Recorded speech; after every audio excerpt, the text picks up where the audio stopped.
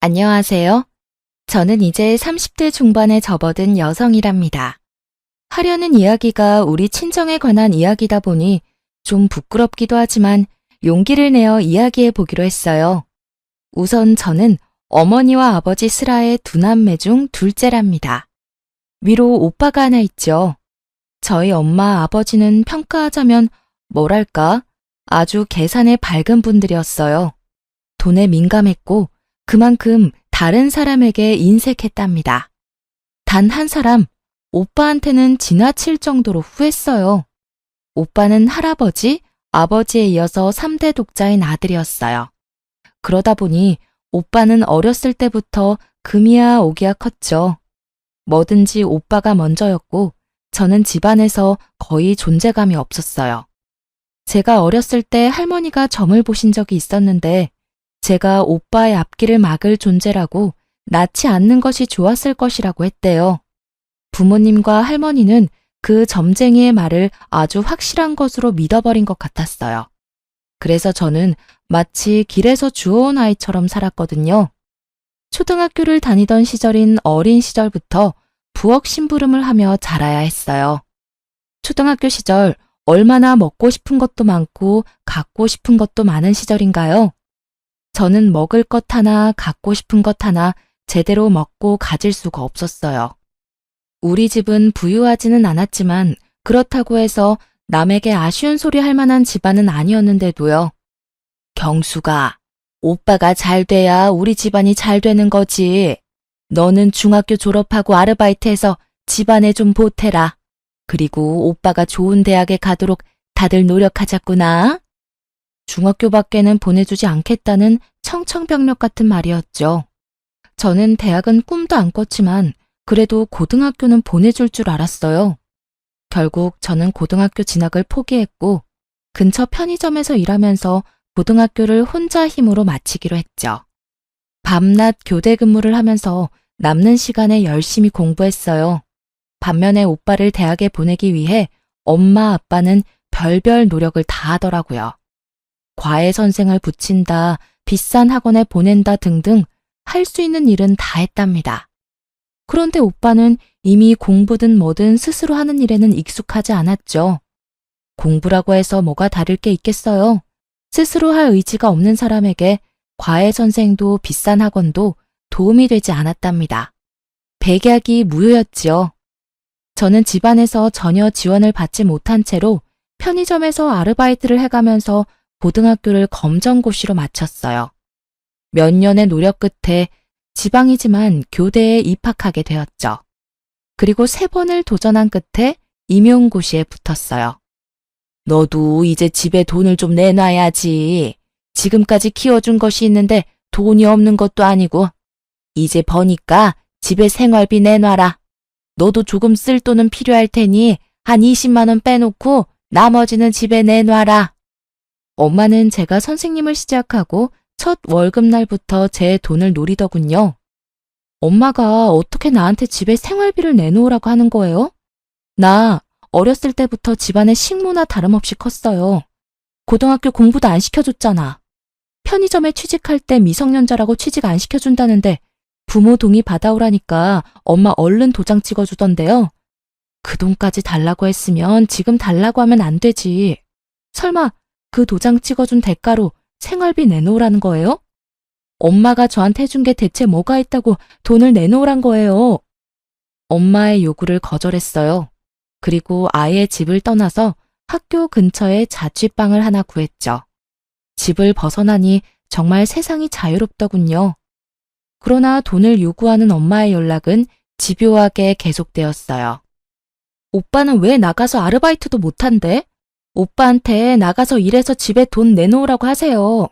분명 말하는데 나는 한 푼도 못 줘요. 오빠는 도대체 무슨 생각인지 매일 집에서 빈둥빈둥 프로야구나 보면서 시간을 보내는 것 같더군요. 엄마의 생활비를 요구하는 방식은 이제 아주 노골적이었죠.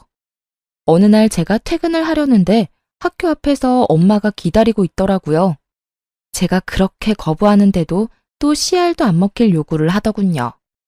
오빠가 어떤 괜찮은 직장에 면접을 보아야 한다며 면접에 입고 갈 명품 양복을 사달라고 말이죠. 그런데 놀랍게도 상무직함의 자리라죠.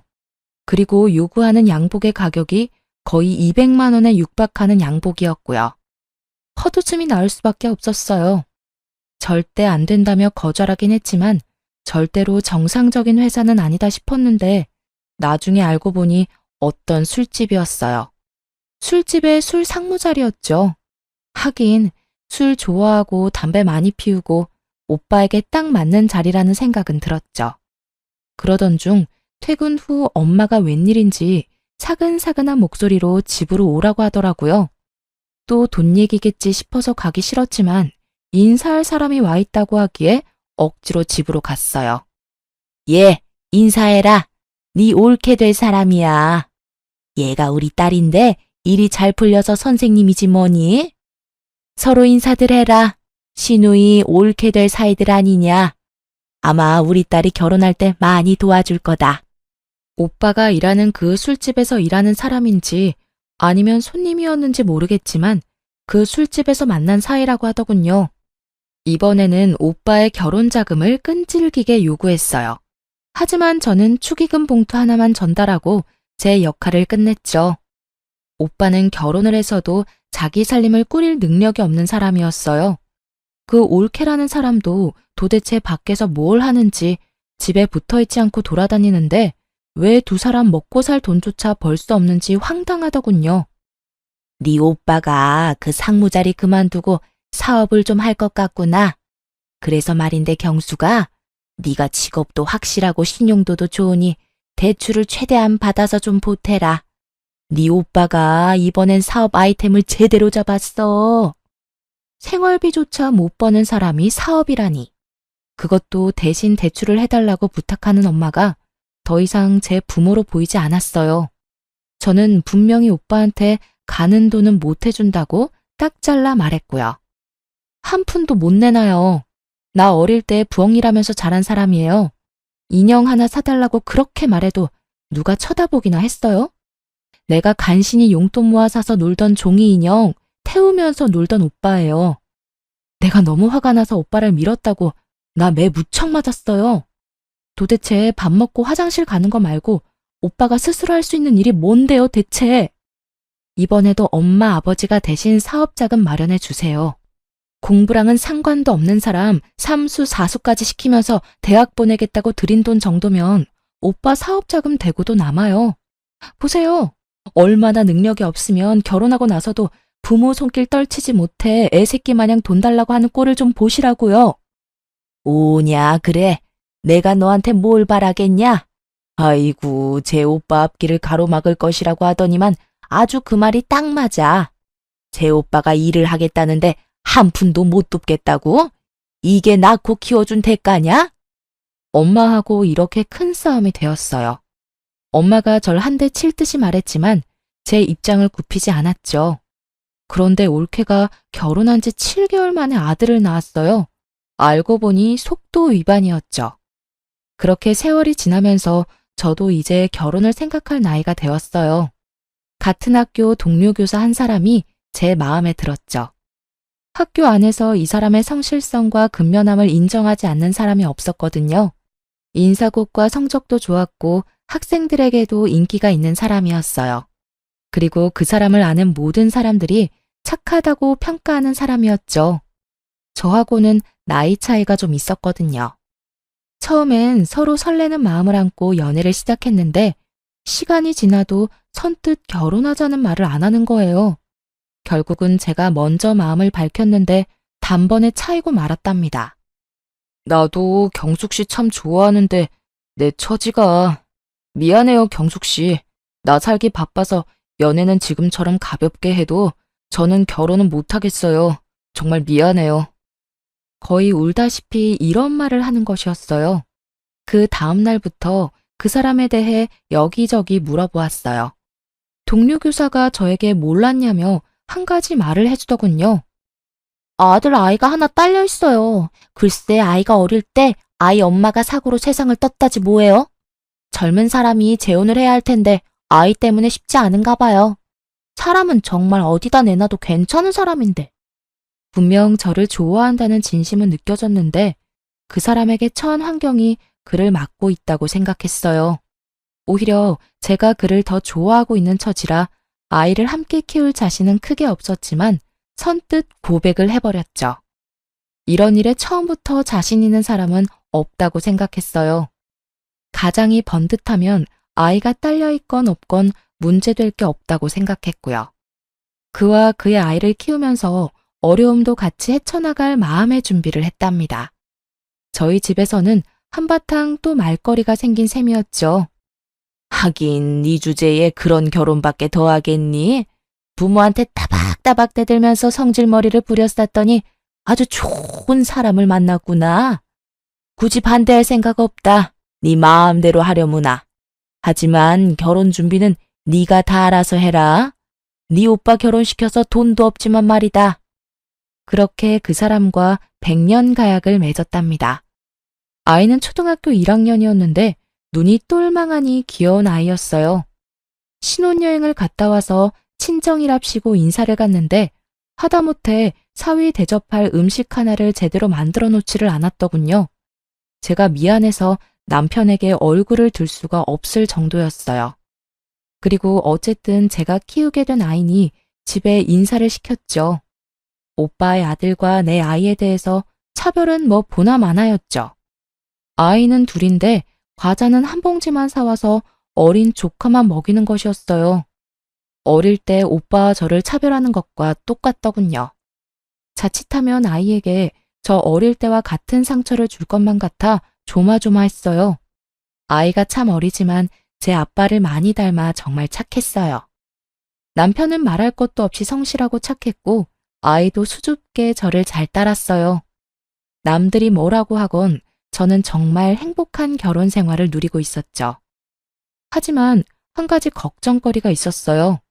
그것은 남편이 너무 착해 빠졌다는 것이었죠. 불쌍한 걸 보면 그냥 지나칠 줄 모르는 사람이었어요. 주머니에 차비 한 푼 안 남기고 길거리에서 폐지를 줍는 할아버지에게 다 털어서 드리고는 걸어오는 일도 있었어요. 그러던 중에 우리 집에 뜻밖의 사람이 찾아왔는데요. 웬 품이 있어 보이는 노신사가 저희 집을 두드렸죠. 저는 신명순 씨의 유언을 집행하러 온 변호사입니다. 신명순 씨가 유일한 혈족인 김남훈 군에게 상속분을 남기셨어요. 무슨 상속일까 싶어서 이야기를 들어보았는데 알고 보니 상속을 해준 사람은 아이의 친외할머니라는 것이었어요. 아이의 엄마는 그 할머니의 외동딸이었고 아이 외에 다른 혈족도 없다는 것이었죠.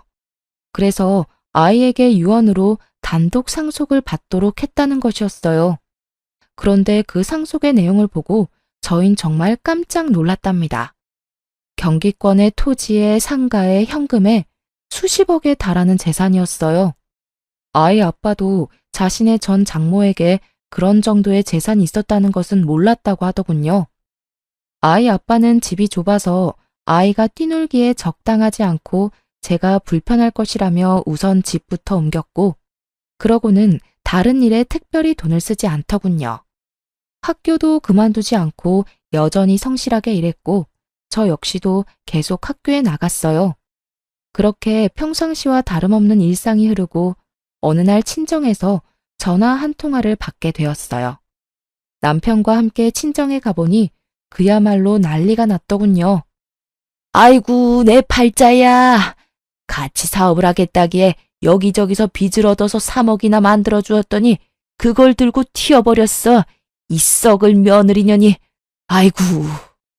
네 오빠 사업할 돈이었다. 아이고. 그걸 몽땅 가지고 날라버렸어. 내가 사람을 미리 알아보았어야 하는 건데. 엄마가 땅을 치고 울고 있었고 아버지는 창가에서 담배만 피우고 있었어요.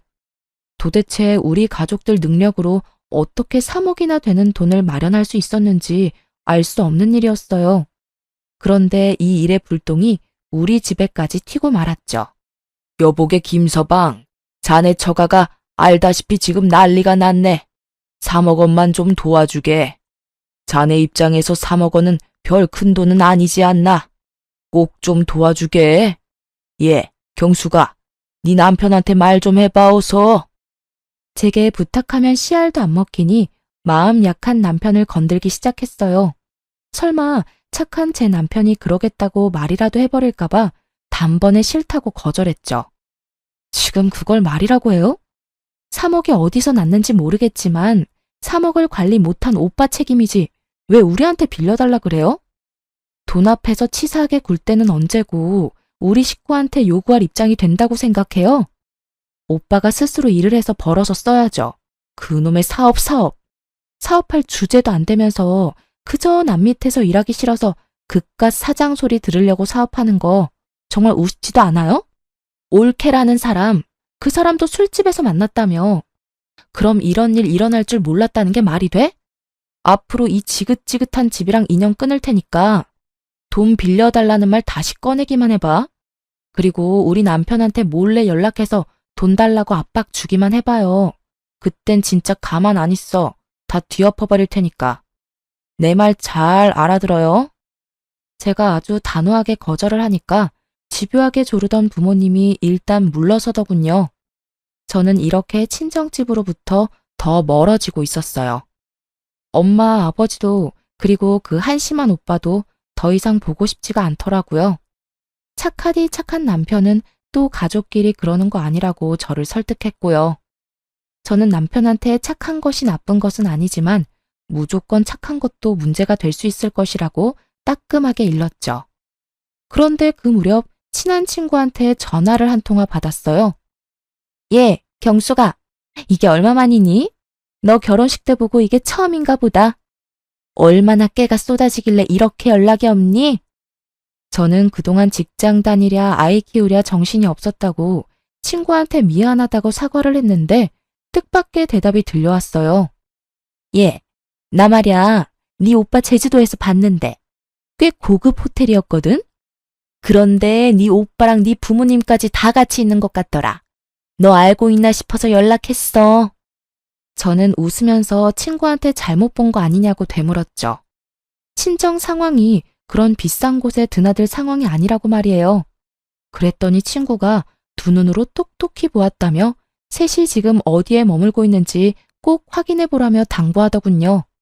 전화를 끊고 곰곰이 생각하다가 결국 친정집으로 가보았죠. 정말 황당하게도 다른 사람이 살고 있더라고요. 저한테 알리지도 않은 채 이사를 한 것 같더군요.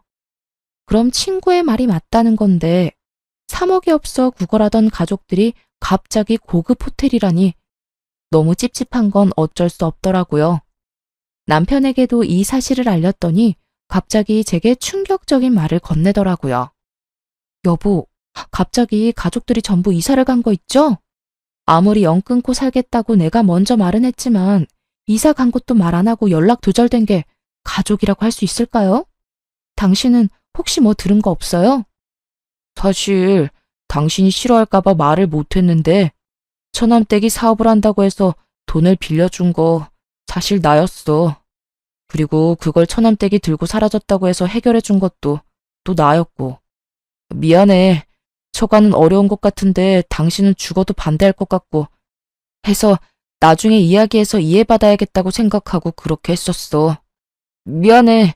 정말 미안해.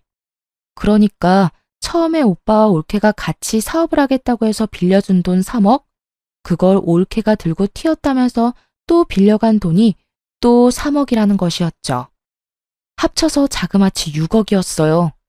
이제는 저도 남편의 그 대책 없는 착한 성격에 대해 참을 수가 없었어요. 여린 사람이라는 것을 알면서도 대체 왜 그런 큰 돈을 제게 말도 없이 해줬는지 남편에게 큰 실망을 하고 말았어요. 6억이 6만 원인 줄 알아요? 당신 정말 왜 이렇게 내 말 안 들어? 그 돈이 거기 가서 쓸모 있는 곳에 쓰인다면 내가 말을 안 해. 보나마나 되지도 않은 사업에 투자해버리고 날릴 돈이었다고. 도대체 내가 우리 친정 도와달라고 말한 적 있어요? 왜 시키지도 않은 짓을 해서 날 이렇게 난처하게 만드는 거예요? 지금 내 속이 얼마나 끓고 있고 나문이한테 미안한 줄 알아요? 제발 그 성격 좀 고쳐요. 네? 무턱대고 착한 것만이 능사가 아니라고요. 착한 남편은 그저 미안하다는 말만 계속하더라고요. 친정 식구들이 결국 착하디 착한 남편의 성격을 이용해 저를 그리고 우리 집을 속인 것이었죠. 돈이란 거 그거 부질없는 거야. 돈 때문에 그렇게 화내지는 마. 당신답지 않아. 돌아올 돈이라면 다 돌아오게 되어 있어. 어쨌든 그냥 드린 건 아니고 빌려드린다고 분명 말했으니 일평생을 두고 천천히 받으면 될 거 아니겠어? 그 이후로도 남편은 별 걱정이 없어 보였답니다. 그저 평상시와 다름없는 일상을 살았고 또 저만 속을 끓이고 말았죠. 남편과 아이에게 미안해하면서도 그만한 돈을 턱 친정 식구들에게 내어준 남편에게 바가지를 긁었답니다. 그러다가 저까지 그냥 있을 수만은 없다는 생각이 들었어요. 돈을 6억이나 떼어놓고도 착해 빠지기만 한 남편을 대신해서 아름아름 친정 식구들의 소식을 알아보기 시작했어요. 쉽지는 않았지만 돈을 써서 알아보니 금방 찾게 되더군요. 서울에 위치한 호화 빌라에서 떵떵거리며 사는 것 같더군요. 착해 빠진 남편은 제껴놓고 저 혼자 친정으로 찾아갔죠. 초인종을 누르자 안에서 화면으로 저를 본 엄마가 놀라더군요.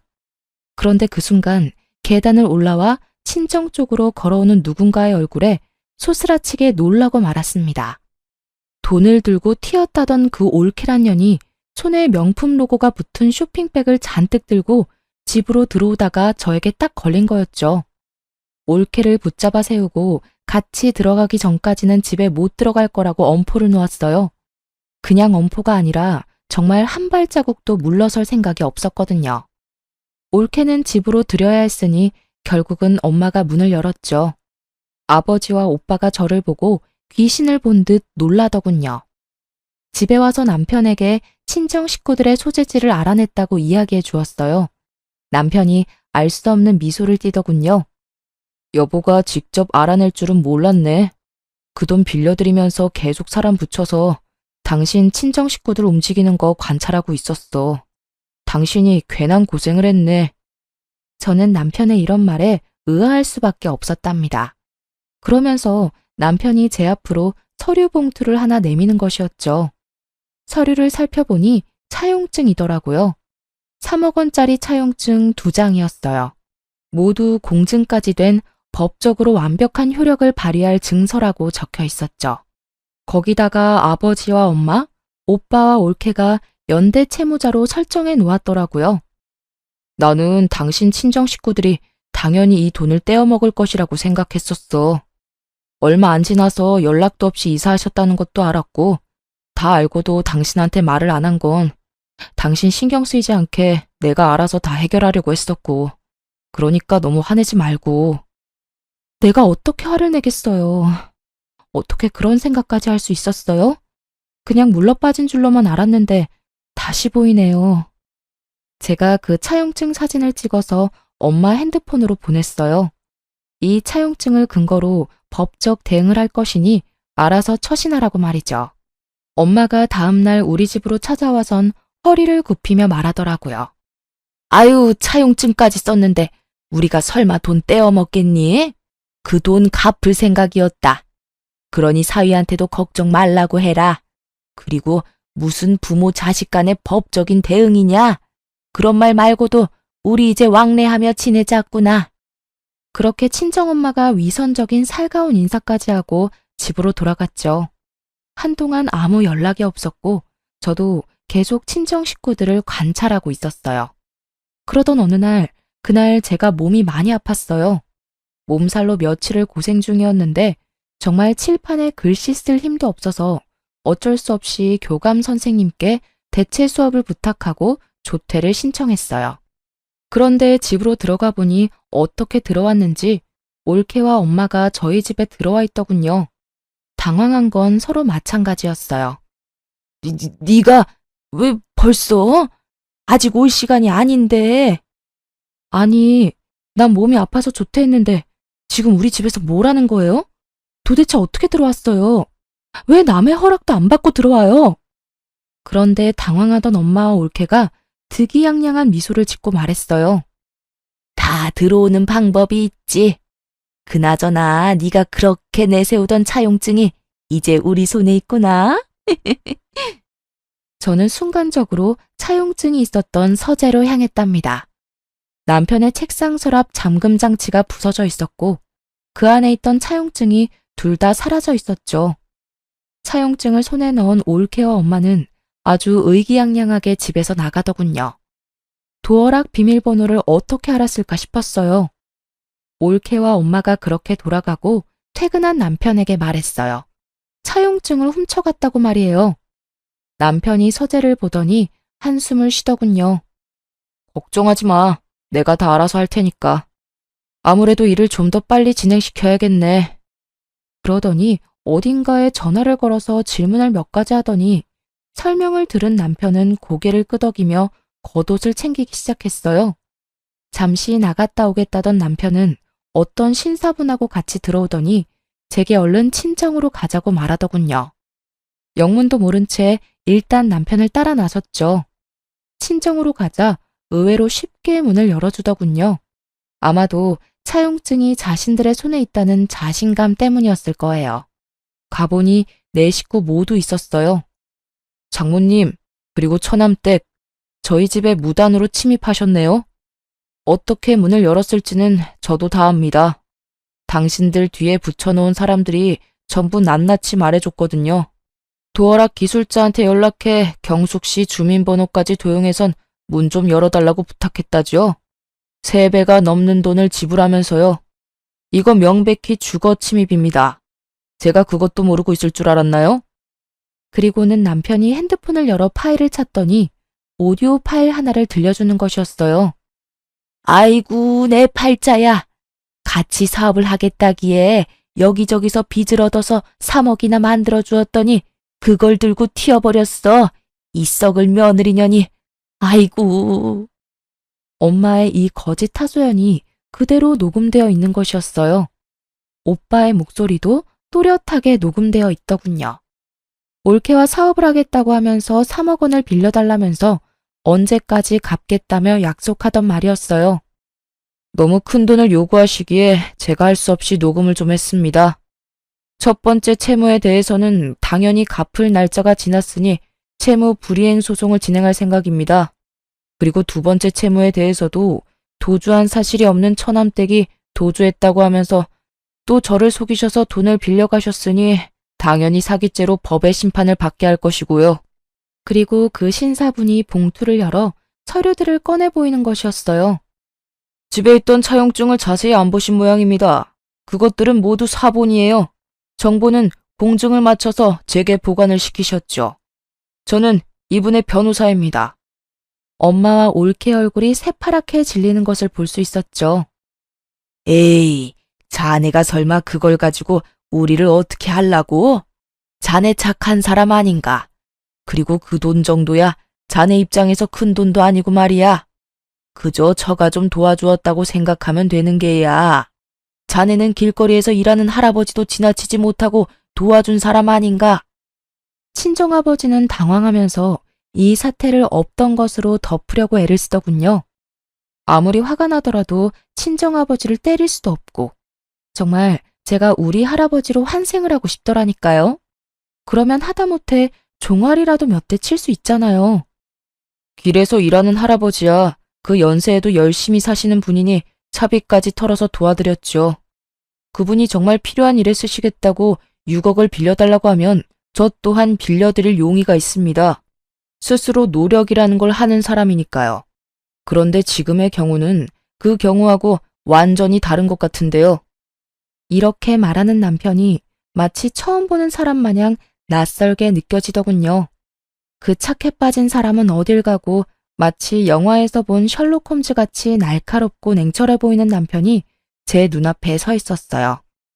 제가 2번이나 아무 말 없이 도와드렸죠. 그리고 평상시에 제 성격을 아시고는 공증된 차용증까지 만드시고도 아무 일도 없을 것이라고 생각하셨겠죠. 하지만 말입니다. 동네를 돌아다니는 코딱지만한 강아지도 꼬리를 밟히면 짖는 법입니다.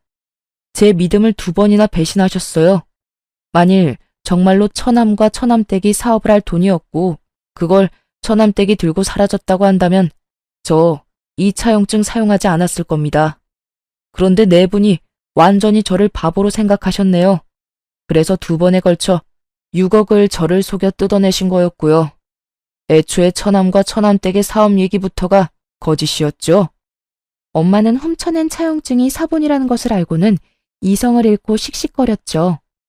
거실을 이리저리 돌아다니면서 분을 삭히려고 하는 것 같았어요.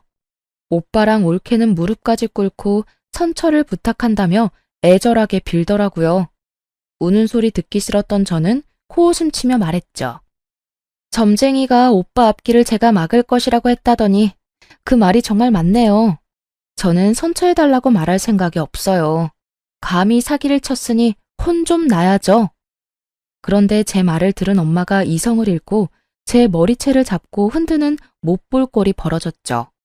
남편이 뒤늦게 떼어놓으려 하는데도 엄마는 정말 있는 힘을 다해서 매달리더라고요. 도저히 뿌리칠 길이 없을 정도로 힘이 강했어요. 그 순간 하필이면 함께 데리고 온 아이가 부딪혀 벽에 튕겨지고 말았어요. 아이를 맡길 마땅한 곳이 없어서 함께 온 것인데 방 안에 들어가 있으라고 일렀더니 어른들 고함 소리가 들리자 무서워서 나온 것이었죠. 부딪힌 머리 쪽에 피가 보였고 피를 보더니 엄마도 흠칫하는 것 같았죠. 저 아이가 내 집을 함부로 드나들 때부터 기분이 안 좋았어. 건방지긴. 경숙이 너하고 피는 한 방울도 안 섞였는데 똑같구나. 어찌나 맹랑하고 당돌한지 아주 볼 때마다 똑같다 싶었다니까. 아이에게 정말 눈물이 날 정도로 미안했어요. 급히 119를 불렀고 응급실 한편에 누운 아이의 손을 잡고 울음을 터뜨리고 말았어요. 나문아, 엄마가 미안해. 정말 미안해. 우리 나문이 잠깐만 병원에 있으면 집에 갈 수 있다고 의사 선생님들이 그러셨어. 갑갑해도 잠깐만 누워있자. 응? 다행히 뇌나 머리뼈에는 이상이 없다고 하더군요. 하지만 봉합수술을 했어요. 상처가 깊었고 꽤 많이 꿰맸다고 의사가 말하더군요. 저는 아이의 침대 곁 의자에 앉아 아이의 손을 꼭 붙잡고 계속 서러운 울음을 울었답니다. 그런데 남편이 이제야말로 화가 제대로 난 것 같았어요. 남편이 말하더군요. 다른 건 다 참아도 내 가족에게 함부로 하는 것은 못 참겠다고요. 당연히 민 형사상의 책임을 모두 묻겠다고 했죠. 남편은 우선 우리 집에 허락 없이 도어락 기술자를 속여서 들어온 일에 대해서 주거 침입으로 엄마 올케를 경찰에 고소했어요. 그리고 채무에 대한 연대 책임을 지고도 상환을 하지 않는 가족 모두를 가장 형벌이 센 사기죄로 고소했죠. 아버지가 그제야 당황하기 시작하는 것 같았어요. 3억 원은 가지고 있는 땅 팔아서 먼저 갚으마. 그러니 네 엄마부터 합의해주면 안 되겠니? 자식이 어떻게 부모를 범죄자로 만들 수 있겠어? 너 그러면 안 된다. 어떻게 머리채 한 번 잡았다고 고소한다는 게 말이 되니? 착한 사람이 화가 나면 더 무섭다는 말이 있죠. 남편이 딱 그랬답니다. 2번이나 자신에게 사기친 것에 더해 우리 집에 무단으로 침입했고 그것도 모자라 다른 가족들이 보는 앞에서 잘못도 없는 제 머리채를 잡은 일에 화가 많이 났더군요. 물론 아이의 사고에도 화를 내고 있었고요. 이렇게 형사상 고소에 이어서 이제 민사상으로 돈을 돌려받기 위해 만들어둔 완벽한 서류를 가지고 차분히 소송을 진행했답니다.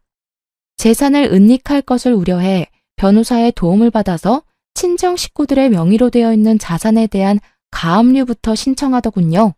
당신 식구들이 나를 어지간히도 얕잡아 보았나 봐.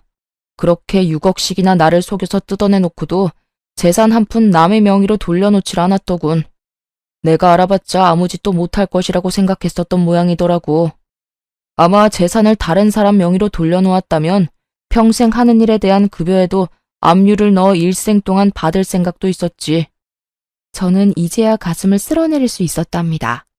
도와줄 때는 진심으로 도와주었지만 친정에서 제가 결혼 전까지 겪은 서러운 일들을 모두 들은 남편이 미리 완벽한 서류를 만들어둔 것이었죠.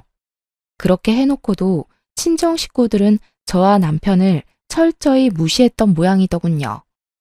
호화빌라를 엄청난 보증금을 내면서까지 월세로 살았고 남는 돈으로 여기저기 여행을 다니면서 생활을 했던 것 같았어요.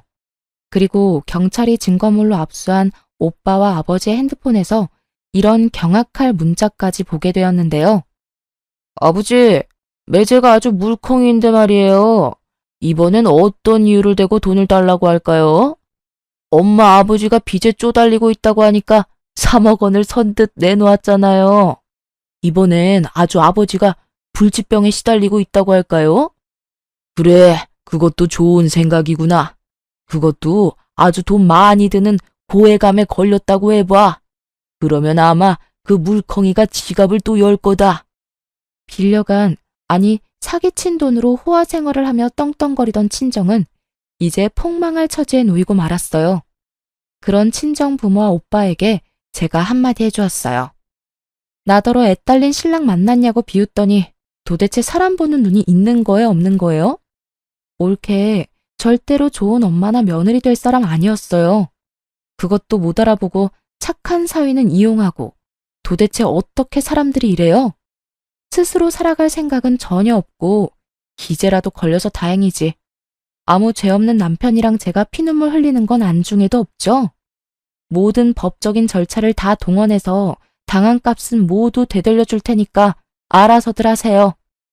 집안 사정이 이렇게 되자 올케네는 매일 밤 부부싸움이 일어난다고 해요. 얼마나 크게 싸우는지 옆집 할머니가 신고를 다 했더라고요.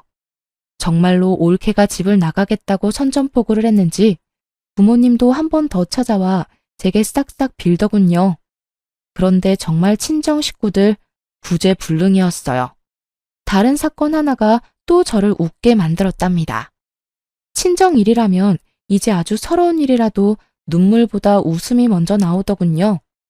올케와 오빠가 물건을 집어던지며 싸우다가 조카 아이가 다쳤다더군요.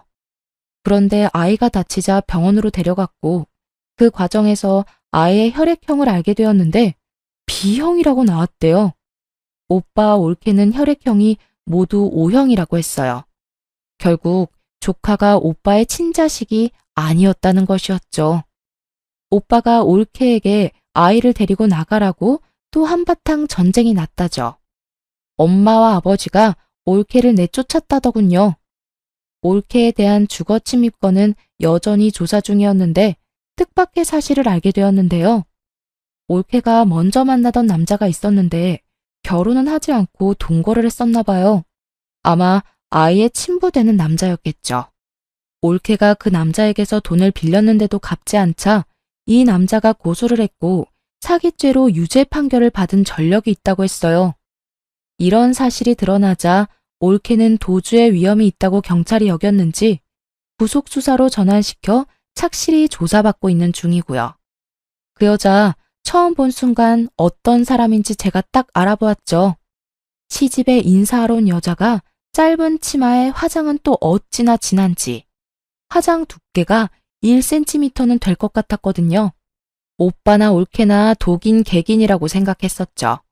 우리 아이의 상처는 빠르게 아물고 있었지만 제 친정에 대한 마음은 식구들 앞에서 제 머리채를 잡던 그 순간에 아주 완전히 닫혀버렸죠. 저는 이제 친정과는 확실히 절연했고요. 하지만 지금도 끈질기게 합의를 요구하고 소송을 취하해달라고 싹싹 빌고 있어요. 남편과 저는 절대로 그럴 생각이 없다는 입장이고요. 사람과 사람 관계라는 것이 참 어렵다는 생각이 들더군요. 도대체 자신들 슬하에 태어난 모두 같은 자식인데 저한테만 왜 그렇게 심하게 대하며 키웠는지 엄마에게 물었었죠. 점쟁이가 네가 우리 집안에 재수가 없는 아이라고 했다. 원래 내다 버리라고 했었어. 그 말을 들었어야 했는데 그러지 못해서 이렇게 됐구나. 부의 막급이다. 그저 평범하게 다른 집들처럼 공평하게 자랐더라면 아마도 가족끼리 서로 도울 수 있었을 거예요. 그런데 이 당연한 일이 왜 우리 집에서는 그렇게도 어려웠던 것일까요? 엄마를 비롯해 가족들의 사기 혐의에 대하여는 피해액이 5억이 넘는 경우이므로 특정 경제 가중처벌법이 적용되었어요. 그래서 이를 주도한 엄마가 1년 6월에 징역을 선고받았어요. 오빠도 엄마보다는 혐의가 약한 것으로 인정되었지만 특경법에 의해 징역 1년을 선고받았죠. 올케는 약식 기소로 벌금 500만 원을 내게 되었고요. 그리고 친정 식구들에게 남은 것은 하나도 없었죠. 살고 있던 집, 그 외에 우리에게서 가져간 돈으로 사놓은 부동산 등 모든 재산이 차용증을 근거로 압류되었죠. 들려오는 말로는 방 한 칸에서 아버지 혼자 지낸다는 말을 들었어요. 제 남편에 대한 사기에서 가장 적은 역할을 했다고 해서 아버지는 기소되지 않았죠. 세월이 다시 무심하게 흘렀어요. 아이는 어느새 자라 초등학교 5학년이 되었답니다. 머릿속 깊숙이 봉합수술을 한 흉터가 남고 말았어요. 아이의 머리를 쓰다듬을 때마다 미안함에 그저 눈물만 흘렀어요. 서러웠던 시간이 저에게서 점점 멀어지고 있었지만 아이의 그 상처가 마치 그 모든 세월을 대변하고 있는 것 같았답니다. 그리고 사람의 기억이라는 것이 그렇게 쉽게 지워지는 것은 아니더군요. 어렸을 때부터 시작해서 아이의 머리가 그렇게 다칠 때까지의 과정이 자꾸만 생각나지 않을 수 없었어요. 제가 무얼 어쨌다고, 도대체 집안에 무슨 죄를 지었다고 그렇게까지 증오를 표출했는지 정말 알다가도 모를 일이었어요. 사기죄로 검찰이 엄마를 기소하고 재판을 받는 과정에서도 재판부에 빌긴 했지만 가끔 저와 눈이 마주칠 때 그 눈빛으로 보아 결코 진심으로 잘못했다고 생각하지 않는다는 것을 알 수 있었죠. 최근엔 우리 가정에 경사 하나가 생겼답니다. 다름 아니라 제가 임신을 하게 된 것이었어요. 차별, 생각만 해도 끔찍한 그 일을 혹시 제가 저지르지 않을까 내심 큰 걱정이 되었어요. 내가 우리 나문이하고 이제 곧 태어날 아이를 조금이라도 차별하는 일이 생기지 않을까요? 나도 사람이고 무엇보다 핏줄이라는 게 무서운 거라서 내가 조금이라도 그 사람들을 닮지 않았을까 걱정이 되거든요. 아이를 가졌다고 마냥 기쁠 수가 없어요. 당신 집안에서 누구 하나라도 중심을 잡고 잘못된 것이라고 했었다면, 예컨대 아버님이라도 그러셨다면 일은 많이 달라졌을 거야. 우선은 당신이 반듯한 사람이고 내가 있잖아. 동생이 생긴다는 말에 나문이도 좋아했어요. 손을 꼽아가면서 동생을 기다리는 것 같더군요. 비록 오빠가 있었지만 형제간의 정이라는 것은 생각도 못했던 제 어린 시절의 처지가 다시 생각났죠. 우리 아이들은 그런 일 없이 잘 자라나겠죠? 지금까지 지지리도 부모 복은 없지만 남편 복과 자식 복은 있는 제 이야기를 길게 들려드렸어요. 앞으로 제 앞길에는 행복한 일만 있을 것이라고 생각한답니다. 긴 글 끝까지 들어주셔서 감사합니다.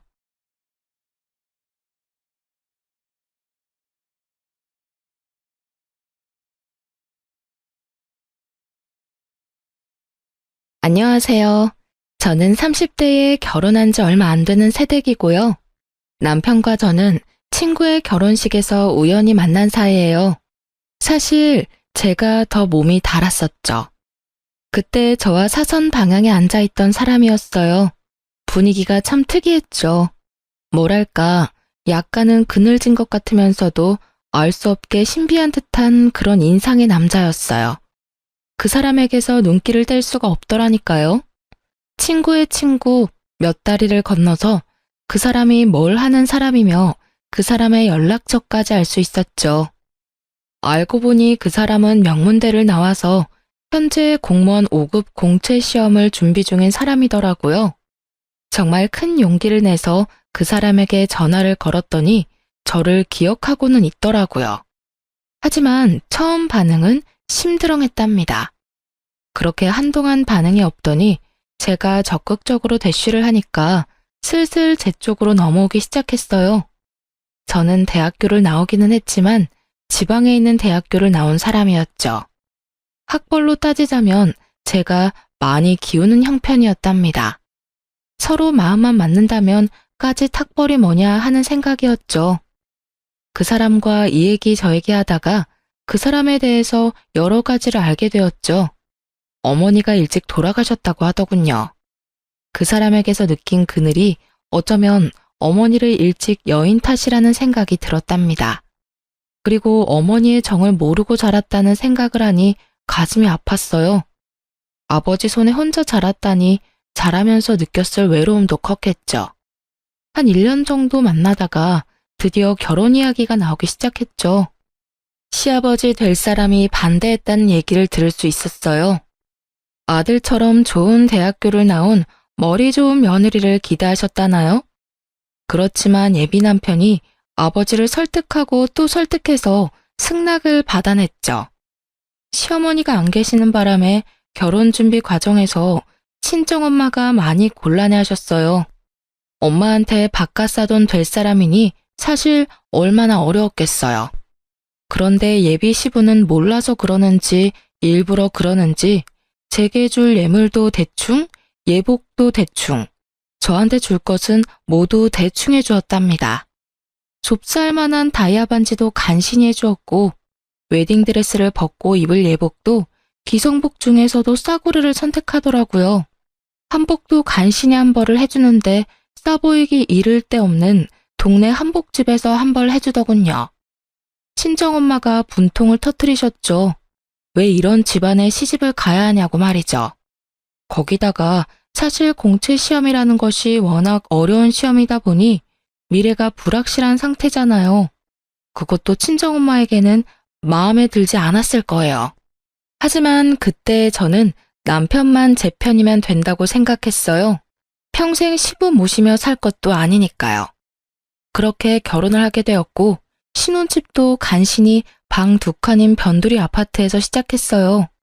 그것도 우리 집에서 집값을 많이 치르고 들어간 집이었죠. 그러고도 시아버지는 제게 별 미안해하는 기색도 없었고 오히려 저 같은 사람이 귀한 남편 만난 걸 고마워해야 한다더라고요. 솔직히 그때까진 그래, 다른 집들 악독한 시어머니 있는 것보다야 시아버지 한 분만 날 힘들게 하는 게 차라리 낫다 싶었어요. 그런데 결혼 생활은 제 생각보다 훨씬 더 험난했어요. 시아버지가 예상 밖의 것들을 관여하기 시작했거든요. 일단 시부는 전형적인 가부장적 인간이었습니다. 준영이가 공부 중이니 안사람하고 같이 있는 것은 좋지 않다. 너는 집에 와 있으려무나. 그리고 며칠에 한 번 가서 반찬이나 빨래나 해주고 오면 된다. 난데없는 시아버지의 별거 명령이 떨어졌죠. 결혼한 지 얼마 되지도 않은 사람한테 떨어져 살라뇨. 그것도 친정에 가 있으라는 것도 아니고 시아버지 혼자 있는 집에 가서 시집살이를 하면서 마치 파출부처럼 가서 반찬이나 해주고 빨래나 해주라니 정말 황당했어요. 아버님, 저희 결혼한 지 1년도 안 됐어요. 신혼부부라고요. 아무리 시험 공부 중이라지만 어떻게 이렇게 별거를 하라고 하시는 거예요? 무조건 혼자 있다고 공부가 잘 되는 건 아니죠. 그러면 왜 결혼 허락하신 거예요? 차라리 시험에 붙고 결혼하라고 하셨어야죠. 제가 시집으로 들어갈 기미가 보이지 않자 결국 시아버지는 남편을 데리고 집으로 들어가 버리셨어요. 가잔다고 따라간 남편 또한 한심하다는 생각이 들더군요. 남편과 시아버지 둘 다 들으라고 가서 또박또박 제 의견을 말했어요. 아버님, 시험 공부 중요한 거 저도 알아요. 하지만 주변 상황이 정리되어야 시험 공부도 잘 되는 거잖아요. 제가 집에 혼자 있으니 이 사람 마음이 아무래도 편하지 않을 거고, 또 아버님이 귀한 아들 내조하실 거 아니잖아요. 오히려 준영 씨가 아버님 뒷바라지를 하게 될 것 같은데요. 저하고 있을 때보다 따로 있는 게 더 시험 공부에 지장을 주게 되는 거죠. 그런데 다음 순간에 정말 상황에 어울리지 않는 생뚱맞은 소리가 들려왔어요. 무언가 깨지는 소리가 날카롭게 공기를 찢었죠. 시아버지가 제가 하는 말을 버릇없는 말대꾸라고 생각했고 그 분을 이기지 못해서 사기 재질로 되어 있는 잿더리를 벽에다 던진 것이었어요. 잿더리가 산산조각이 나서 사방에 흩어졌죠. 아버님, 저희가 기왕 결혼을 한 이상 아무리 부모님이라 해도 이러실 권리가 없으신 거예요. 그걸 왜 모르세요? 그리고 아버님, 사람을 향해서 던지지는 않으셨다고 해도 이건 엄연히 폭력이에요. 어떻게 맞이한 지 1년도 안 되는 며느리 앞에서 이런 충격적인 모습까지 보여주세요? 남편이 제 입을 막고 끌다시피 밖으로 데리고 나오더라고요. 내 말 틀린 거 하나도 없잖아. 그리고 준영 씨도 그래. 어떻게 새신랑이 오란다고 그렇게 홀딱 가버려? 집에 새신부 혼자 놔두고 말이야. 길을 막고 한번 물어봐. 세상 천지에 시아버지 집에 들어와 사는 며느리가 어딨어. 그것도 단 둘이. 당신은 이게 경우에 맞는 요구라고 생각해? 남편이 싹싹 빌다시피 제게 사정을 하더라고요. 아버지가 원래 가부장적인 분이야. 자라면서 아버지 뜻을 거역해 본 적이 없어. 어머니도 살아생전에 아버지 의견 반대하는 건 거의 본 적이 없고. 당신이 이해해, 응?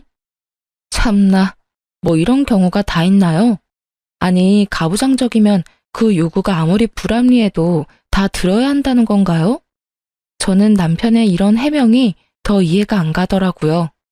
그래서 저는 남편더러 시험 공부 뒷바라지 제가 제대로 할 테니 집으로 돌아가든지 여기 눌러 앉아서 다시는 저를 볼 생각을 말든지 둘 중에 하나를 택하라고 했어요. 그리고 이런 뜻을 시아버지에게도 분명히 전했죠. 신혼 초부터 별거 하느니 차라리 헤어지겠다고. 시아버지에게 대들고 대들어서 남편을 집으로 데리고 가는데 성공했어요. 첫 번째 라운드는 제 승리로 끝난 것이었죠. 가면서 시아버지한테 본의 아니게 말대꾸를 하게 되어서 죄송하지만 이렇게 하는 것이 순리이니 아버님께서 이해해 주시길 바란다고 진심을 담아 말했어요. 시아버지가 아무 말도 못하더군요. 제 성격이 원래 이렇게 도리가 아니거나 좀 불이한 것을 보면 못 견디는 성격이거든요. 이런 제 성격과 시아버지의 가부장적인 성격이 충돌해서 시아버지와 저 사이에 대립은 자주 일어났죠. 거기다가 자식에 대한 긍지가 너무 지나친 사람이었어요. 저희 집에 자주 와서 둘러보고는 이건 이래라 저건 저래라 하는데 이건 뭐 시어머니보다 더하더라고요. 시아버지 시집살이가 더 맵다라는 말이 떠오를 수밖에 없었죠. 반찬이 이게 뭐냐? 네 남편이 무슨 소냐? 불밭이 따로 없구나. 이래가지고 체력이 필요한 시험 공부를 제대로 할 수나 있겠니? 우리 집 반찬까지 가지고 트집을 잡는 것이었죠. 사실 지금 상황에 제가 작은 회사에 다니면서 버는 돈으로만 두 식구가 살림을 하고 있는 중이었어요. 그다지 넉넉할 리가 없었죠. 돼지고기는 기름기도 많고 건강에 좋지 않다. 공부하느라고 앉아있는 애한테 먹일 만한 음식이 아니야. 고기를 먹이더라도 소고기를 먹여라. 하루에 한 끼는 소고기로 단백질 섭취를 시켜줘야 해. 소고기 좋은 거 누가 모르냐고요. 하지만 당신 아들이 아직 수험생인데 무슨 돈으로 하루에 한 번을 꼭 소고기를 먹일 수가 있겠어요? 솔직히 가장이 수험생인 것도 감당하기 힘든데 저 나름대로 식재료를 신경 써서 식사 준비를 했단 말이죠. 수중에 있는 돈을 고려해서 건강한 식재료 찾는 게 어디 쉬운 일인가요? 그런 일에까지 참견하는 시아버지가 참 경우 없다 싶더군요. 이렇게 시아버지와 제가 사사건건 대립하던 중 드디어 남편이 시험에 합격했어요. 정말 눈물이 날 만큼 기뻤답니다. 시아버지도 뛸 듯이 기뻐했죠. 시아버지가 그렇게 기뻐하는 모습을 보니 같이 좋은 게 아니라 수험생 시절에도 그렇게 아들 하나 가지고 유세를 떨더니 이제는 더 심해지겠구나 싶은 생각이 자꾸 들어서 마냥 좋아할 수만은 없겠더라고요. 어쨌든 남편이 연수를 마치고 발령을 받아 꽤 많은 연봉을 받게 되었죠. 이제는 제가 버는 적은 돈을 가지고 이리저리 머리를 써서 쪼개 쓰지 않아도 된다는 생각을 하니 흐뭇했답니다. 친정엄마도 정말 좋아해 주셨어요. 그런데 기쁜 것도 잠시 또 시아버지가 제 화를 돋우는 요구를 하더라고요. 네 남편의 오늘날이 있기까지는 내가 키우면서 제대로 교육을 시켰기 때문이야. 그러니 네 남편이 버는 돈은 모두 나한테 보내라. 내가 알아서 적금도 부어주고 내 생활비도 쓰고 할 테니 말이다. 네 남편이 번 돈은 내가 관리하겠다는 말이다. 알아들었겠지? 아니, 마누라가 시퍼렇게 눈을 뜨고 살아있는데 왜 시아버지가 남편의 월급을 관리한단 말인가요? 아버님, 그러면 이 사람이 시험에 합격해서 돈을 많이 버는데도 여전히 제가 이 사람 먹여 살려야 한다는 말이에요? 저 그동안 할 만큼 했어요. 당연히 결혼을 했으면 자기 가정은 자기 힘으로 꾸려나가야죠. 이제 충분히 그럴 능력도 되고요.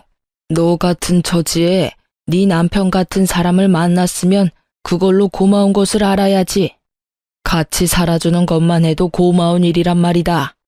그거 말고 뭘 더 네 남편한테 바라는 거냐?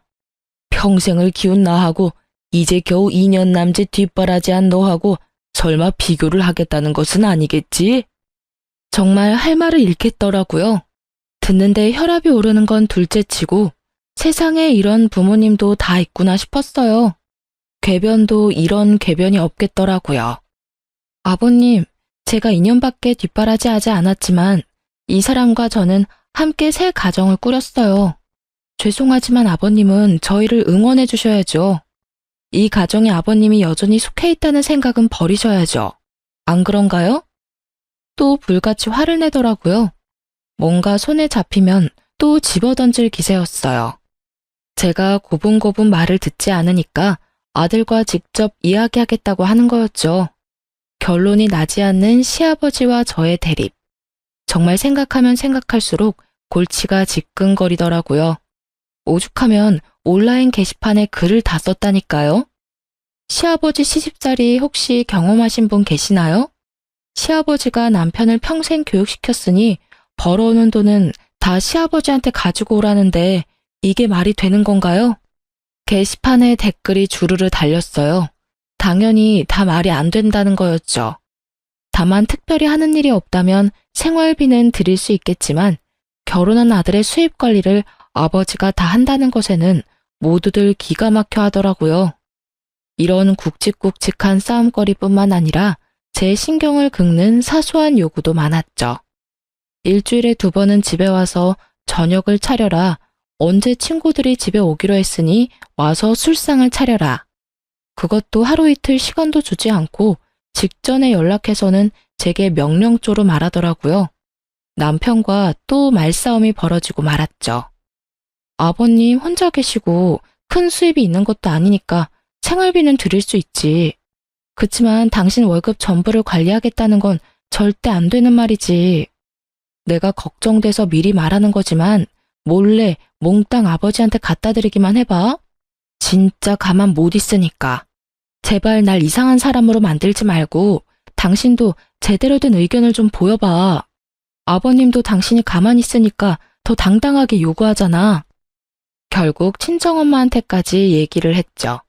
친정엄마가 남편한테 따로 전화를 했고 제 입장과 같은 말을 하셨어요. 처가에서까지 이런 식으로 나오다 보니 남편도 아버지 의견을 반영해 생활비를 좀 많이 챙겨드리는 걸로 결정했죠. 저 역시 남편이 꽤 돈을 받아오는데 혼자 있는 시아버지가 남루하게 사는 것을 바라지 않았어요. 충분히 쓸만한 돈을 드렸고요. 그런데 돈을 받을 때마다 굳이 전화를 걸어서 제게 불만을 토로하더라고요. 꼴랑 200만 원 줘놓고 내 입에 풀칠은 하겠어? 내가 이런 대우 받으려고 정성껏 키운 줄 아니? 그 아이 그렇게 좋은 대학에 입학할 수 있었던 것도 결국은 내 덕 아니냐? 그리고 그 학과도 내가 선택하게 했었다. 그 사이 교육비는 또 얼마나 들었겠니? 나 네 남편 교육비 대느라고 빚도 있는 사람이다. 월급 받아서 내가 다 쓰겠다는 것도 아니고 너희들 위해서 적금도 부어주겠다는 것 아니냐? 그렇게 따지면 세상 자식들이 모두 결혼해서도 버는 돈 다 자기 집에 갖다 주어야 해요, 아버님. 자식 키우면서 교육비 안 드리는 부모도 있어요? 그건 당연 부모들이 다 하는 일이죠. 저도 아이 낳으면 그렇게 할 거고요. 그런데 왜 아버님만 하신 것처럼 말씀하세요? 키움값 받으시는 건 알겠는데 그러니 넉넉하게 챙겨드리잖아요. 볼 때마다 시아버지 얼굴에 불만이 다닥다닥 붙어 있었어요. 그래도 생활비 많이 주니 넘어간 줄 알았는데 제 착각이었던 거죠. 내 친구들을 보니까 요즘 내 나이대에 많이 타는 튼튼한 차를 굴리고 있더구나. 나는 지금까지 차도 없이 지내왔다. 그런데 내 아들이 이제 나 차 사줄 돈은 충분히 버니까 차 한 대는 내 명의로 만들어 놔라. 이것까지 설마 안 된다는 말은 안 하겠지? 사실 우리 집에도 차가 있기는 했어요. 제가 결혼 전부터 타는 차였어요. 그걸 좀 바꿔야겠다는 생각을 하고 있던 중이었답니다. 이미 하던 일에서 퇴임을 하시고 왔다 갔다 하는 범위가 정해져 있는 시아버지한테 그런 좋은 차가 왜 필요한지 모르겠더군요. 사실 우리 차를 바꿔서 저는 이제 그만 타고 남편이 끌고 다니게 하려고 했었거든요. 시아버지한테 이런 뜻을 전했죠. 그랬더니 뭐라는 줄 아세요? 생활비도 많이 안 주는데 자기 차는 꼭 새 걸로 사달라며 우리가 사려고 했던 새 차에 대한 할부값은 꼭 제 월급에서만 해결하라고 강조하더라고요. 남편에게 혹시나 시아버지 차 사는 일에 단 한 푼이라도 더 갔다가는 이번에는 정말 이혼이라고 으름장을 놓고 말았네요. 그런데 이 파파보이가 결국 아버지 고집을 꺾지 못하고 기어코 할부로 차를 샀던 모양이에요. 그것도 저한테 숨기고 있다가 남편의 카드 명세서를 보고 알게 되었답니다. 제가 이미 예고한 대로 짐을 싸서 친정으로 가버렸어요. 남편이 예상보다 늦게 친정으로 찾아왔더라고요. 거의 보름이나 지난 다음에 저를 데리러 왔죠. 부모님은 그런 남편을 보고 혀를 끌끌 차며 말하셨죠. 직업이 좋을지 모르나 이리 보나 저리 보나 참 마음에 안 드는 사위라고 말이죠. 결국 시부차는 저질러 놨으니 저희 차를 미루기로 했네요. 남편이 자신은 굳이 차가 필요하지 않다고 알아서 뒤로 빠졌어요. 시아버지와 저의 싸움을 좀 줄여보자는 생각에서였겠죠. 그래서 제가 타던 차는 같이 타기로 마무리됐고 좀 더 바쁜 일이 있는 사람이 차를 먼저 쓰기로 한 거였어요. 그런데 시아버지의 요구는 그것으로 끝나지 않았어요. 집안의 도배를 모두 새로 해야겠으니 그 비용을 대고 와서 일하는 사람들 감독을 하라고 하기도 했고요. 언제는 또 친척 중 누구 결혼식에 가는데 그때 입을 명품 로고가 붙은 양복을 꼭 마련해 내라고 하기도 했어요. 이건 무슨 명품 핸드백 사달라는 시어머니하고 다를 바가 없더군요. 견디다 못한 제가 몇 번 더 친정으로 가버리기도 했고요. 그럴 때마다 남편이 와서 빌어서 간신히 저를 데리고 가곤 했죠. 아무튼 그렇게 시아버지는 제 생활 최대의 스트레스였답니다. 결혼 전에는 시어머니가 안 계시다기에 시집살이에 대한 스트레스는 없을 것이라고 생각했었어요. 며느리 사랑은 시아버지라고 하잖아요. 우리 집에서 그런 말은 절대 해당 사항이 없었죠. 그러던 어느 날 제 퇴근길이었답니다. 그날은 거래처에 여기저기 다닐 일이 있어서 제가 차를 가지고 나온 날이었어요. 집으로 돌아가는데 옆에 아주 익숙한 차가 한 대 서 있더라고요. 바로 시아버지 차였어요. 제 스트레스의 주범인 시아버지였지만 길거리에서 우연히 보니 어쨌든 가족이라고 반갑기는 하더라고요. 그래서 차창을 내리고 아는 척을 하려고 하는 순간 조수석에 타고 있는 사람을 보게 되었답니다. 제 또래 정도밖에 안 되는 젊은 여자였어요. 시아버지가 운전을 하면서도 하도 다정하게 얘기 중이었기에 저는 도로 차창을 올리고 말았죠. 하지만 궁금하기는 하더라고요. 시아버지는 그 여자와 뭔가 긴히 이야기를 하는 것 같았고 그래서 슬쩍 따라가기가 쉬웠어요. 차가 시내를 관통해서 미사리 쪽으로 가더니 한 분위기 있어 보이는 카페로 들어가더군요. 저도 최대한 먼 곳에 차를 대고는 몰래 따라 들어가 보았어요. 들킬까봐 테이블에 앉지는 못하고 문 밖에서 두 사람을 지켜보았죠. 이야기가 정말 긴한 이야기인지 제가 여러 번 빼꼼히 카페 문을 열고 들여다보는데도 얘기하는 것에 여념이 없더라고요. 얼굴이 꽤 예쁜 편인 여자였어요. 지적인 분위기가 철철 흐르는 여자여서 둘이 어떤 관계일까 너무 궁금하더라고요. 아버님 말야, 혹시 너무 외로우신 건 아닐까? 나 오늘 길거리에서 아버님 차에 젊은 여자가 같이 탄 거 봤어. 미사리까지 가시던데. 얘기도 아주 긴한 얘기인 것 같았고 내가 보기엔 보통 사이가 아닌 것 같았다니까. 남편이 픽 웃더군요. 그러더니 갑자기 그 여자가 어떻게 생겼는지 대략 이야기를 해보라는 것이었죠. 제가 얘기를 하고 나니 남편이 갑자기 더 크게 웃더라고요. 아, 누군지 내가 알 것 같다. 걔는 아버지 사촌 형제 딸이야. 나랑은 그러니까 육촌간이 되는 여동생이지. 미국에 있다가 최근에 귀국했어. 바로 구해구만 뭐. 그런데 요즘 세상에 당숙하고 당질이 뭐 그렇게 가까운 사이야? 그렇게 기니 나눌 말이 뭐가 있어. 아무튼 여자의 정체가 제가 생각하던 그런 것은 아닌 모양이었어요. 그런데 그 여자는 그 이후에도 시아버지 옆에서 자주 눈에 띄게 보이더라고요. 심지어 시집에서 그 여자를 본 적도 있었죠. 요즘 세상에 당숙과 당질이 뭘 그렇게 자주 만날 일이 있냐고 남편에게 다시 물었어요. 아, 그건 걔가 한국에 들어와서 사업 하나를 구상하고 있나 봐. 커피 전문점을 하나 열고 싶어 한대. 그런데 아버지는 이미 돌아가셨고 사실 의논할 사람이 우리 아버지밖에 없나 봐. 아버지가 젊은 시절에 걔네 아버지 되는 당숙한테 신세진 적도 있었고 최근에 귀국해서 한국 물정을 잘 모르기도 해서 도와줘야 되거든. 뭐 그런 사정이라니 그런가 보다 했어요. 그러니까 저한테 육촌 시누이가 되는 사람이었죠. 남편보다 손 아래라고 했어요. 그래서 그 육촌 시누이에 대한 이야기는 잊고 있었고 그렇게 몇 주가 흐른 다음이었어요. 친정엄마가 밑반찬을 아주 넉넉히 해오시면서 제 시부에게도 갖다 주라고 하기에 반찬들을 챙겨 들고 퇴근 후 조금 늦은 저녁에 시집으로 갔죠. 엘리베이터에서 내렸더니 현관문 앞에 어떤 여자가 문을 열고 나오고 있더라고요.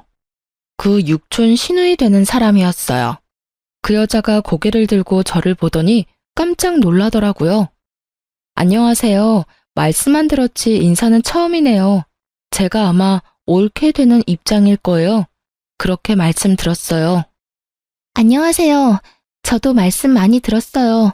다음에 뵐게요. 제가 지금은 바쁜 일이 좀 있어서. 뭐 그리 놀랄 일이 있었던지 어딜 빨리 가봐야 한다며 도망치듯 그 자리를 벗어나더라고요. 그런데 너무 서둘다 보니 핸드백이 도어락 손잡이에 걸리면서 바닥에 뭔가가 떨어지더군요. 집어들고 보니 가방 장식품이었어요. 비싸 보이는 물건이라 꼭 전해줘야겠다고 생각하고 아래층으로 따라 내려갔죠. 찰나의 순간이라 아직 멀리 못 갔을 거라 생각했는데 쉽게 보이지 않더라고요. 두리번 거리다가 다른 동까지 와버렸고 마침 어떤 여자 통화 소리가 들리는데 그 여자 같더라고요. 나 정말 깜짝 놀랐어. 갑자기 문 앞에 서 있더라니까. 언제까지 기다려야 하는데 아버님한테 무슨 대책이 있으신 건데 그 여자랑은 정말 언제 헤어질 거야? 이 말만은 정확히 들을 수 있었죠. 하지만 지나가는 자동차 소리에 더 자세한 말은 들을 수 없었어요. 속으로 이 시누이도 애정관계가 복잡하구나 생각했답니다. 목소리가 들리는 방향으로 찾아갔죠. 아가씨, 여기 뭐 하나 떨어뜨리고 가셔서. 그야말로 유령이라도 본 듯 기겁을 하며 도망을 가더라고요. 정말 빠른 속도로 그곳을 벗어나는 거 있죠? 남편이 퇴근한 후 이 이야기를 하면서 집까지 드나드는 이유가 뭐냐 물었죠. 그랬더니 남편이 말하기를 그 사업 관리를 아버지에게 맡길 수도 있다는 것이었어요.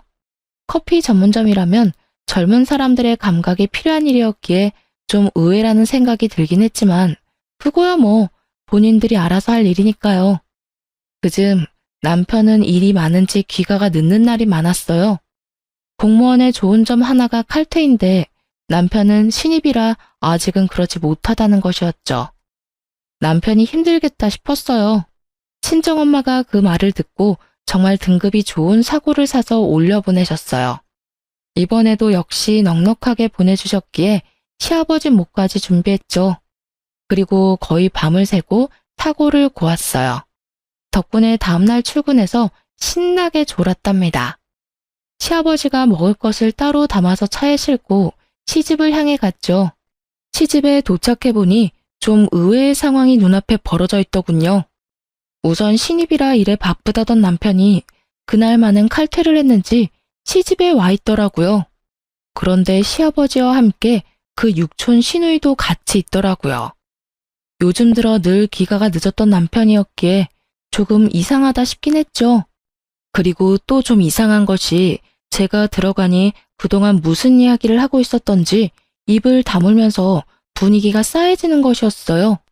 할 얘기를 해봤자 시누이가 벌인다는 사업 이야기밖에 없었을 텐데 그 이야기가 저 있는 곳에서는 못할 이야기인가 싶더라고요. 하긴 우리 시아버지가 저를 무시하는 거야 뭐 잘 알고 있긴 하지만요. 저 같은 사람이 남편과 살고 있다는 것 자체를 고마워해야 한다는 사람이잖아요. 그러니 뭐 사업 이야기 같은 얘기를 제 앞에서 굳이 하고 싶지 않을 수도 있었겠죠. 하지만 어쨌든 이런 분위기가 마음에 걸리긴 했어요. 직감적으로 뭔가 이상한 것은 틀림없었죠. 남편과 함께 집으로 돌아왔지만 제 마음이 계속 찜찜했어요. 남편이 샤워를 하고 피곤하다며 먼저 잠에 떨어지고 나서 침대 옆 협탁 위에 있는 남편 핸드폰이 눈에 띄었죠. 패턴이 걸려있더군요. 하지만 남편은 제가 아는 한 일과 아버지밖에 모르는 단순한 사람이었죠. 슬쩍 멀리서 보았던 패턴을 비슷하게 따라해보니 금방 풀리더라고요. 시아버지와 주고받은 문자가 우선 보이더군요. 어떤 방법으로 일을 처리하시려고 그러시는데요? 어떻게든 이 애비가 알아서 할 테니 기다려라. 이런 내용밖에 별다른 내용은 없었어요. 하지만 처리한다는 그 일이 어떤 일인지 궁금하긴 하더라고요. 그리고 패턴이 열린 김에 남편의 핸드폰을 구석구석 살펴보았죠. 그러다가 앨범에서 그 신우이와 남편이 찍은 사진을 발견하게 되었어요. 좀 상식적이지는 않더라고요. 요즘 세상 사촌간에도 특별한 경우가 아니면 그다지 교류가 없는 판국에 육촌남매가 같이 사진 찍을 일이 뭐가 있나 싶더라니까요. 셀카는 아니고 누가 찍어준 듯 한 방향을 바라보고 같이 웃고 있는 사진이었어요. 그런데 그 순간 갑자기 제 머리를 치고 지나가는 기억 하나가 있었죠. 그때 그 신우의 통화 내용 말이에요. 특히 그 갑자기 문 앞에 서 있더라니까 라는 대목에서 갑자기 문 앞에 서 있던 사람은 저밖에 없었거든요. 그렇다면 절 보고 그렇게 놀랐다는 말인데 저는 그 집 며느리 되는 사람이잖아요. 전혀 놀랄 이유가 없는데 뭔가 제게 숨기는 게 있다는 거 아니겠어요? 곰곰이 생각하던 중 한 가지 계획을 세우고 시집을 방문했어요. 하지만 세 사람이 같이 있는 경우가 드물더라고요. 남편도 제 시간에 퇴근하기 시작했죠. 제 계획을 실행하는데 한 달이 넘게 걸렸어요. 저는 일부러라도 시집을 자주 방문했어요. 결국은 기회가 오더라고요. 예고 없이 찾아가 보니 마침 세 사람이 또 같이 있는 날이었어요. 이번에도 그 묘한 싸한 분위기를 느낄 수 있었고요. 저는 일부러 이것저것 싸간 음식을 늘어놓으며 분위기를 유쾌하게 하려고 했죠. 그런데 그 분위기가 여간해서 자연스러워지지 않더군요. 제가 가지고 간 음식을 다 먹은 두 남자가 담배를 피우겠다고 베란다로 나갔죠. 아가씨, 한식집 차리신다면서요? 한식집은 일할 사람도 많이 필요하고 아무래도 아버님같이 연세 좀 있으신 분이 관리해 주셔야 할 거예요. 그나저나 여러 가지로 바쁘시겠어요. 남편이 분명 커피 전문점이라고 말했지만 일부러 넘겨짚어 물어본 것인데 역시나 걸려들었어요. 그러게 말이에요. 제가 최근에 주로 미국에 있었기 때문에 그 사이 한국 물정을 많이 잊어버렸어요. 그래도 한국 땅이니 한국 먹거리가 제일 잘 팔릴 것 같아서 그걸로 사업 아이템을 정했어요.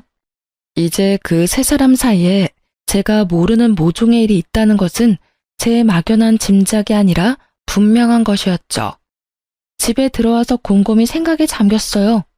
그리고 다음날 신우의 어떤 말도 또 머릿속에 떠올랐죠. 바로 핸드백 장식을 주러 나갔을 때 한 말. 그 여자랑은 언제 헤어질 건데? 라고 전화에 대고 하는 말이었죠. 여기서 그 여자라 함은 바로 저를 칭하는 말이라는 생각은 지나친 것일까요? 저는 고개를 여러 번 저었답니다. 설마 아닐 거야, 아닐 거야 했죠. 다음날 남편을 먼저 출근시킨 다음 바로 흥신소를 붙였답니다. 흥신소에서 연락이 오기까지 기다리는 시간이 그리 길지 않았어요. 바로 며칠 만에 흥신소에서 아주 결정적인 사진 몇 장들이 우선 날아왔거든요. 육촌 시누이 혈족이라면서요. 다정하게 같이 모텔에 드나드는 사진도 있더라고요. 기도 안 차더군요. 남편의 퇴근 시간, 그 여자가 남편의 직장 앞에 서서 기다리는 사진도 있었죠. 흥신소에서 보내온 동영상에는 제가 모를 자동차를 타고 둘이 서울 근교로 나가는 것도 포함되어 있었습니다. 직업이 공무원인 만큼 조심해야 했겠죠. 숙박업소 출입은 주로 서울에서 좀 떨어진 곳에서 잡았고 퇴근 시간이 늦었던 이유가 이 여자 때문인 것도 알게 되었네요. 흥신소의 말로는 남편은 거의 정시 퇴근을 한다고 말해줬어요. 남편이 제가 모든 것을 알고 있다는 것도 모른 채 집에 와서 하는 꼬라지를 당분간 지켜보았어요. 퇴근할 때마다 무지무지 피곤해 보이더군요. 하긴 그 먼 거리를 운전해서 나갔다가 숙박업소에 들어갔다 나오고 또 반대 방향인 집까지 먼 거리를 운전해서 오려니 얼마나 피곤하겠어요. 아주 단순한 인간인 줄 알았더니만 피곤해하는 연기는 꽤 수준급이더군요. 이후에 보내오는 사진들도 가관이었어요. 커플 모자에 커플티를 착용한 사진부터 시작해서 놀이공원에서 아이들처럼 천진하게 뛰노는 사진까지 별별 사진이 다 있더라니까요. 둘이 불륜관계라는 것은 이제 분명했죠. 그리고 당연히 육촌 시누이라는 것도 거짓말이었을 테고요. 하지만 한 가지 여전히 해결되지 않는 것이 있었어요. 바로 시아버지가 이 일에 어떻게 관련되어 있는지를 모르겠더라고요. 하지만 한 가지만 분명하잖아요. 적어도 시아버지가 둘의 관계를 미리 알고 있었거나 알고 난 후에 묵인했다는 것이었죠. 모든 증거를 확보하고 남편에게 직접 물었습니다. 사진들과 동영상이 담긴 USB를 남편 앞에 던졌어요. 그걸 본 남편의 얼굴이 마치 죽은 사람처럼 핏기가 없어지더군요. 남편을 추궁했어요. 우선 얼마나 된 사이인지를 물었죠. 한동안 입을 다물고 있던 남편이 전부 포기한 듯 털어놓기 시작하더군요. 그 여잔 내가 대학교 때부터 좋아한 내 첫사랑이야. 잠시 사정이 있어서 헤어져 있다가 최근에 다시 만난 사이야. 정말 기가 막히더군요.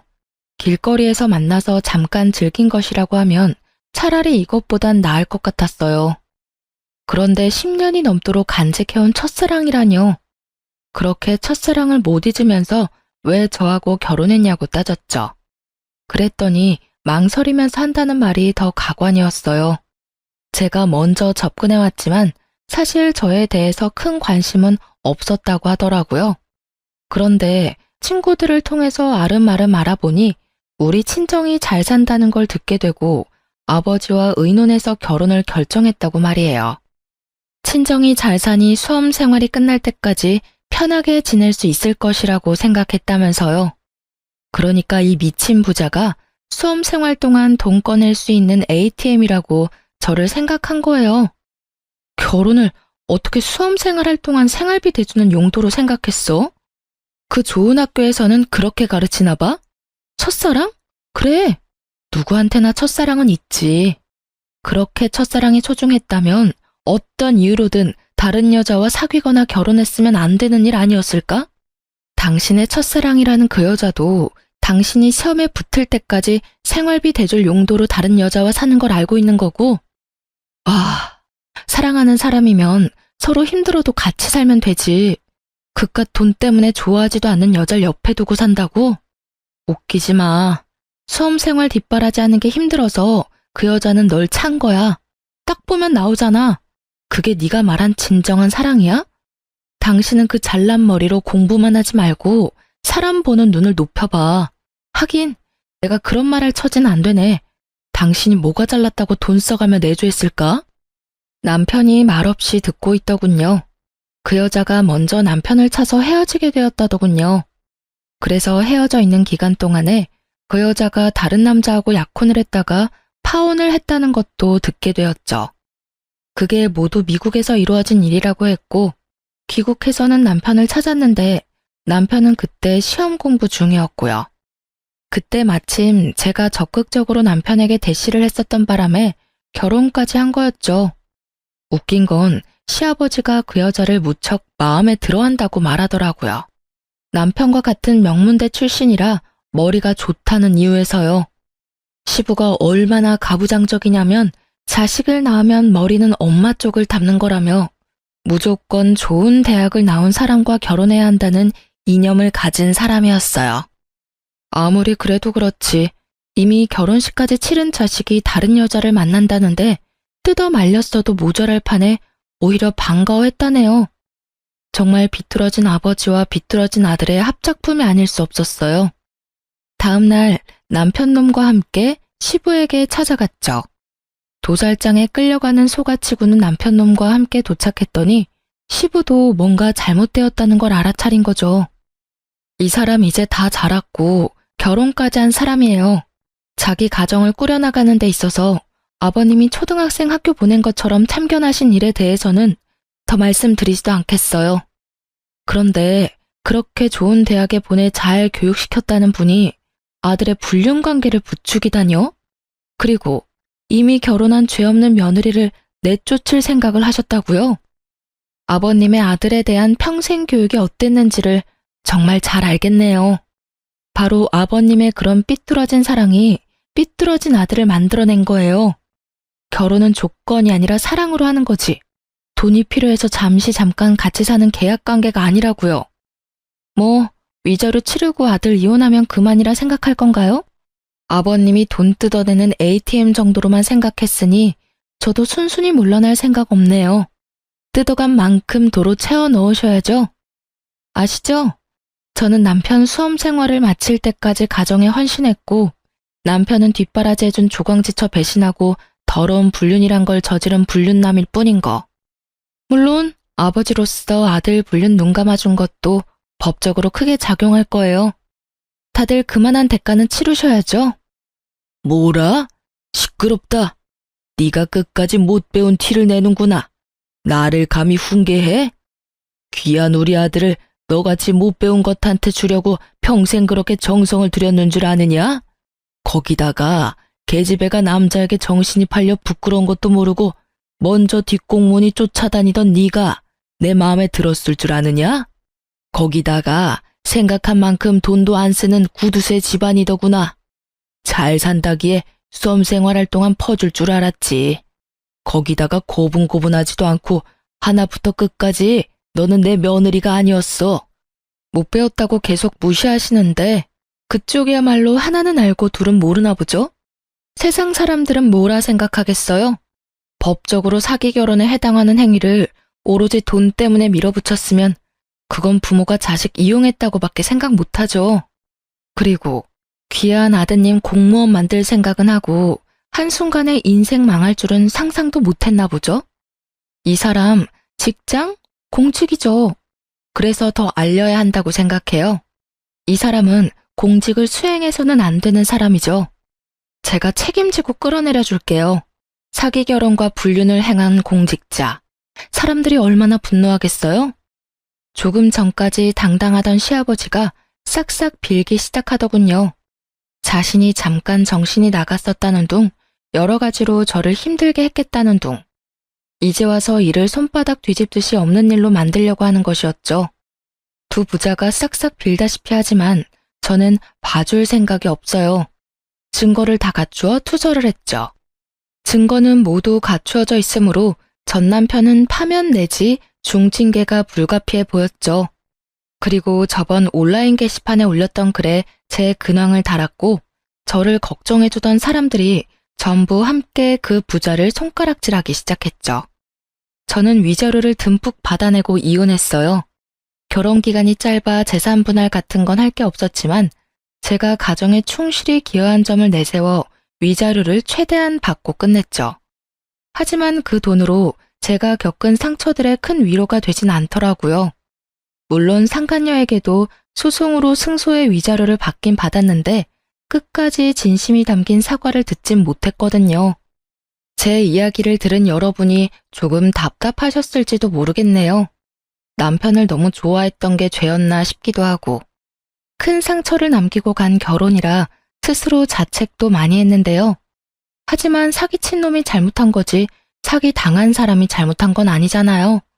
그리고 세상에 이런저런 부모 많다지만 이런 식으로 팔자 한번 펴보려고 자식 장사하는 부모를 처음 겪어봐서인지 솔직히 이제 결혼이란 게 너무 두렵네요. 제대로 된 집안에 시집 가려는 게 그렇게 큰 욕심인가 싶네요. 지금까지 제 결혼 생활에 대해 말씀드렸어요. 짧게나마 많은 위로와 응원 부탁드립니다. 감사합니다.